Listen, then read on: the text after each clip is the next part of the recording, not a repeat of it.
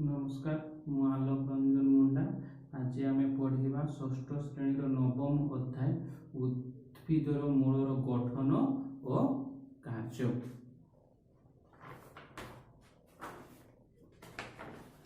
आम जमी मनुष्य गुड़िकर आमर विभिन्न कार्य करने विभिन्न भिन्न अंग रही से भाया उद्भिद मानकर विभिन्न कार्य करने भिन्न भिन्न अंग रही एठी मैं तुमको गोटे चित्र देखा गोटे उद्भिदर चित्र एठी देखो ये उद्भिदर गोटे चित्र एवं एठी उद्भिदर विभिन्न अंश गुड़ी को दर्शा जाए। प्रथम है उद्भिदर पत्र है तापर है फूल एठी तार तार कौन डाल डाल है तार फल एठी तार कौन डाला तार मूल। आज आम उद्भिदर गोटे अंश है जार ना मूल ता मूल विषय आज आम आलोचना करिबा। तो आम उद्भिदर मूल विषय आलोचना करने आगु आम उद्भिदर मूलटी को आम चिन्हिबा। उद्भिदर उद्भिदर मूल क्या कहुए गोटे बर्तमान प्रश्न अच्छे उद्भिदर मूल क्या कहुए ये लिखाई देख ये प्रथम चित्र उद्भिदर जो अंश गजार भ्रूण मूलर बाहरी माटी भितर थाए ताहाकू मूल कहुए। ये जो उद्भिदर गजार गजार गोटे जो भ्रूणे तार मूलर बाहरी किना तार भ्रूण मूलर बाहरी जो अंशटा माटी भितर को प्रवेश करिथाए ताहाकू मूल कहुए एवं मूल कहुए एवं यह आलोकर विपरीत दिगरे गति करी मृत्तिका भितर को प्रवेश करिथाए है। ताहले मूलर बर्तमान देखा मूलर विभिन्न अंश गुड़िक मूलर गुड़ा प्रधान मूल तापर को बाहर शाखा मूल ता शेष को पाइब मूल त्राण। ताहले आम परिवेश विभिन्न प्रकार गछ लता आदि रही समस्त मूल एका प्रकार कि देखो ये आम परिवेश विभिन्न प्रकार गछलता रही किंतु तांकर समस्त मूल एका प्रकार कि ताहले आस आलोचना करिया विभिन्न प्रकार गछर मूल गुड़िक विषय आम आज आलोचना करी। एठी देखो एटा हला आंब गछ आंब गछर मूल हला प्रधान मूल कारण तार गोटे मात्र मूल रही थाए एवं साहा माटी भीतर को प्रवेश करते प्रधान मूलर शाखा प्रशाखा मूल बाहरी थाए एवं यह माटीर बहुत भीतर को जाई थाए। किंतु सही जगह जब आम आलोचना करवा धान गछर मूल है धान गछर मूल है कौन तार मूल गुड़िक पूरा गुच्छ आकार सूता भाया ये गुच्छ गुच्छ होना रही थाए कौन प्रधान मूल देखा जाए ना ये सबू गोटे सबू मूल गुड़ा गोटे जगार ही सूता भाया बाहरी थाए एवं यह माटीर बेसी भीतर को प्रवेश करे नहीं यह माटी ऊपर ही रही थाए। ताले आम केते मूल देखले आंब गछर मूल और धान गछर मूल को आम आलोचना कले। आंब गछर मूल गोटे प्रधान मूल रही थाए किंतु धान गछर मूल प्रधान मूल देखा जाए ना से गुड़िक मूल गोटे गोटे जगार बाहरी किना गुच्छ गुच्छ आकार रही थाए एवं आंब गछर मूल माटीर बहुत भीतर को जाइथिबा बेले धान गछर मूल बेसी भीतर को जाई न थाए है। तापर आस देखा यह छड़ा आउ किछि गछर मूल गुड़ाक अच्छे जार तांकर गठन कार्य अनुसार अलग अलग होता है। जमती आम देखा बर गछ ये देखा बर गछ को बर गछर डालू जो सूता आकार बाहरी थाए माटी भीतर को प्रवेश करे थाए एवं से गुड़िक गोटे मूल आकार କାର୍ଯ୍ୟ କରିଥାଏ। ବର ଗଛ ବହୁତ ବଡ଼ ହୋଇଥାଏ ହେଲା।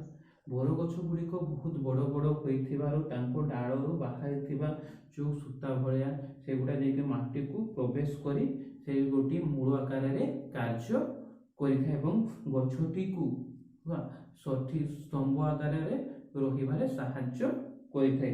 ଯେହେତୁ ତାର ଯେଉଁ ମୂଳ ଗୁଡ଼ିକ ସ୍ତମ୍ଭ ଆକାର ରହିଥିବାରୁ ତାହାର ମୂଳକୁ କ'ଣ କୁହାଯାଏ? ସ୍ତମ୍ଭ ମୂଳ ଆକାରରେ କୁହାଯାଏ। ଠିକ୍ ସେଇ ଜାଗାରେ ଯଦି ଆମେ କିଆ ଗଛ କଥା ଆଲୋଚନା କରିବା ତାହେଲେ ତାହାର ଯେଉଁ କିଆ ଗଛର ମୂଳକୁ ଦେଖିବା, ତାହାର ମୂଳ ଗୁଡ଼ିକୁ ଗଛଟିକୁ ଠେସ ଆକାରରେ ଯେଉଁ ଠେସିକିନା ରହିଥାଏ, ଯେଉଁ କୌଣସି ଜିନିଷ ଯଦି ପଡ଼ିଯାଉଥାଏ ତାକୁ ଆମେ ଯେମିତି ଠେସ ଦେଇଥାଉ, ସେଇଭଳିଆ କିଆ ଗଛର ମୂଳ ଗୁଡ଼ିକ କିଆ ଗଛକୁ ଠେସ ଆକାରରେ ରଖିଥାନ୍ତି। ସେଇଥିପାଇଁ ତାର ମୂଳକୁ କୁହାଯାଏ ଠେସ ମୂଳ ବୋଲି କୁହାଯାଏ। ତାହେଲେ ଆମେ ଏଠି କେତେ ମୂଳ ଆଲୋଚନା କଲେ?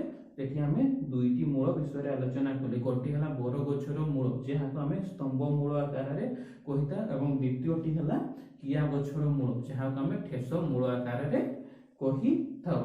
ଏହା ବାଦ ପ୍ରଧାନ ମୂଳ, ଗୁଚ୍ଛ ମୂଳ ଏବଂ ଠେସ ମୂଳ ଏବଂ ସ୍ତମ୍ଭ ମୂଳ ବାଦ ମଧ୍ୟ ଆଉ ଗୋଟିଏ ମୂଳ ରହିଲା, ଯାହା ନିଜ ଭିତରେ ଖାଦ୍ୟ ସଞ୍ଚୟ କରି ରଖିଥାଏ ଏବଂ ସେଇ ଖାଦ୍ୟ ଗୁଡ଼ିକୁ ଆମେ ଖାଇଥାଉ। ତାହେଲେ ସେଇ ମୂଳ ଗୁଡିକ କୋଉ ଗଛରେ ଦେଖାଯାଏ? ତୁମମାନେ କହିବ ପିଲାମାନେ, ସେଇ ମୂଳ ଗୁଡ଼ିକ ଦେଖାଯାଏ ମୂଳାରେ ଏବଂ ଗାଜର ଆଦିରେ ସେଇ ଗଛ ମୂଳ ଗୁଡ଼ିକ ଦେଖାଯାଏ। ଏଠି କ'ଣ ହୁଏ? ତା ମୂଳ ଗୁଡ଼ିକ ରୂପାନ୍ତରିତ ହୋଇ ନିଜ ଭିତରେ ଖାଦ୍ୟ ସଞ୍ଚୟ କରି ରଖିଥାନ୍ତି ହେଲା। ଆଉ ଏମାନେ ଏଇ ତାଙ୍କ ମୂଳ ଗୁଡ଼ିକୁ ଆମେ ଖାଦ୍ୟ ଆକାରରେ ଗ୍ରହଣ କରିଥାଉ। ତାହେଲେ ଆମେ ମୂଳ ବିଷୟରେ ଆମେ ଜାଣିଲେ ମୂଳର କେତେ ପ୍ରକାର ମୂଳ? ମୂଳ ହେଲା 3 ପ୍ରକାର ହେଲା। ଗୋଟେ ହେଲା ପ୍ରଧାନ ମୂଳ, ଗୁଚ୍ଛ ମୂଳ ଏବଂ ହେଲା ରୂପାନ୍ତରିତ ମୂଳ। ତାହେଲେ ପ୍ରଧାନ ମୂଳ କୋଉ କୋଉ ଜାଗାରେ ଦେଖାଯାଏ? ଆମ୍ବ ଗଛ, ନିମ୍ବ ଗଛ, ପଣସ ଗଛ ହେଲା, କୋଳି ଗଛ, ଏଇ ଜାମୁ ଗଛ ଆଦିରେ ଆମେ ପ୍ରଧାନ ମୂଳ ଦେଖିଥାଉ, ଯୋଉଠି ଗୋଟିଏ ମାତ୍ର ପ୍ରଧାନ ମୂଳ ରହିଥାଏ। କିନ୍ତୁ ଗୁଚ୍ଛ ମୂଳ ଗୁଡ଼ିକ ଗୋଟିଏ ଜାଗାରେ ହିଁ ବାହାରିଥାନ୍ତି। ସେଗୁଡ଼ିକ ସୂତା ଭଳି ଗୁଚ୍ଛ ଆକାରରେ ରହିଥାନ୍ତି ଏବଂ ଏଗୁଡ଼ିକ ମାଟିର ବେଶୀ ଭିତରକୁ ପ୍ରବେଶ କରନ୍ତି ନାହିଁ। ତା ବାଦ ରହିଲା ରୂପାନ୍ତରିତ ମୂଳ, ଯେଉଁଗୁଡ଼ିକ ମୂଳଟିକୁ ରୂପାନ୍ତରିତ କରି ନିଜ ଭିତରେ ଖାଦ୍ୟ ସଞ୍ଚୟ କରି ରଖିଥାନ୍ତି, ତାହାଙ୍କୁ କୁହାଯାଏ ରୂପାନ୍ତରିତ ମୂଳ। ଏବେ ଆମେ ମୂଳ ଜାଣିଲେ, ମୂଳ କେତେ ପ୍ରକାର ଜାଣିଲେ। ଏବେ ଆମେ ଜାଣିଲେ ମୂଳର କାର୍ଯ୍ୟ କ'ଣ? ଯଦି ତୁମେ ପିଲାମାନେ এই ଚିତ୍ରଟିକୁ ଦେଖୁଛ, ଏଠି ଗୋଟେ ବଡ଼ ଗଛ ଏବଂ ଛୋଟ ଗଛର ଚିତ୍ର ଅଛି ହେଲା।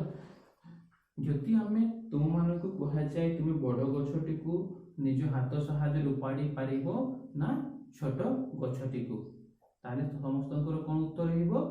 ଆମେ ସହଜରେ ଛୋଟ ଗଛଟିକୁ ହାତ ସାହାଯ୍ୟରେ ଉପାଡ଼ି ପାରିବା।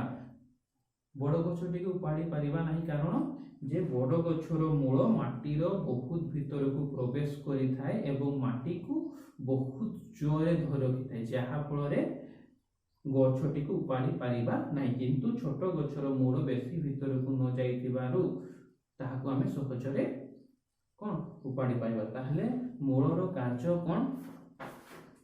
ମୂଳର କାର୍ଯ୍ୟ ହେଲା ମୂଳ ଉଦ୍ଭିଦକୁ ମାଟିରେ ଜାବୁଡ଼ି ଧରି ରଖିଥାଏ। ମୂଳଟା ହେଲା ଯୋଉ ଉଦ୍ଭିଦର ମୂଳକୁ ଜାବୁଡ଼ିକିନା ଧରିଥାଏ, ଯାହା ଫଳରେ କି ଉଦ୍ଭିଦଟିକୁ ଆମେ ସହଜରେ ଉପାଡ଼ି ପାରିବା ନାହିଁ। ଏବଂ ତାର ଆଉ ଗୋଟେ କାର୍ଯ୍ୟ ହେଲା ମାଟିରେ ଥିବା ଖଣିଜ ଲବଣ ଗୁଡ଼ିକୁ ମୂଳ ସାହାଯ୍ୟ ଶୋଷିତ କରି ଉଦ୍ଭିଦର ବିଭିନ୍ନ ଅଂଶକୁ ପଠେଇଥାଏ। ଯେଉଁ ମୂଳଟି ହେଲା ଉଦ୍ଭିଦ ଆଉ ଯେଉଁ ମାଟିରେ ଆମର ଯେଉଁ ବିଭିନ୍ନ ପ୍ରକାର ଖଣିଜ ଲବଣ ରହିଛି ତାହାକୁ ଶୋଷଣ କରି ସେ ଉଦ୍ଭିଦର ବିଭିନ୍ନ ଅଂଶକୁ ପଠେଇଥାଏ। ଏବଂ ତୃତୀୟ କାର୍ଯ୍ୟଟି ହେଲା ରୂପାନ୍ତରିତ ହୋଇ ନିଜ ଭିତରେ ଖାଦ୍ୟ ସଞ୍ଚୟ କରି ରଖିଥାଏ। ତାର 3ଟି କାର୍ଯ୍ୟ ହେଲା କ'ଣ? ମୂଳ ଉଦ୍ଭିଦକୁ ମାଟି माटी सहित जोरे जाबुड़िकिना धरिकिना रखिଥାଏ जहाँ फल कि गछटी पड़ी जाए नहीं। तापर कौन माटी खनिज लवण को शोषण करी उद्भिद विभिन्न अंश को पठाई थाए एवं तृतीयटी है निजको रूपांतरित करी खाद्य संचय करी रखी थाए। ये देखो चित्र, ये देखो गोटे गोटे गछर मूल चित्र देखो जेटी माटीर बहुत भीतर को प्रवेश करिछि एवं यहाको बहुत जोरे धरिकिना रखी अछि तो जहाँ फल कि गछटी पड़िबो नहीं। ये देखो ये जेमति चेयर गुडे बहुत भीतर को प्रवेश करिछि हला आजिका पाठ ये तापर तुम मानक पय मु किछि कार्य करदो आनी जो गुडा को तुमे घरु करिकिना आइबो। एठी हला एठी तुमको क्वेश्चन दउछि कोन उद्भिदर नाम सहित उद्भिदरे देखा जाउथिबा मूलर प्रकार गुडी को मेल कर। एठी तुमर एठी उद्भिदर गछ गुडीकर नाम दे उद्भिद गुडीकर नाम दिया अछि एवं तांकर देखा जाउता मूल गुडीकर नाम एठी देखछि तुमे को उद्भिदरे को मूल देखा जाय तुमे आलोचना करिबो। एमि पणस गछरे को मूल देखा जाय, किया गछरे को मूल, तापरे बर गछरे एवं मका गछरे को प्रकार मूल देखा जाए तुमे काली एटा करिकिना आनिबो घरु। आजिर पाठ पढ़ा इठी शेष करिबा। क्वेश्चन गुडी को करि आनले आमे कोउटा कार ठीक अछि भूल अछि आमे आलोचना करिबा एवं नमस्कार।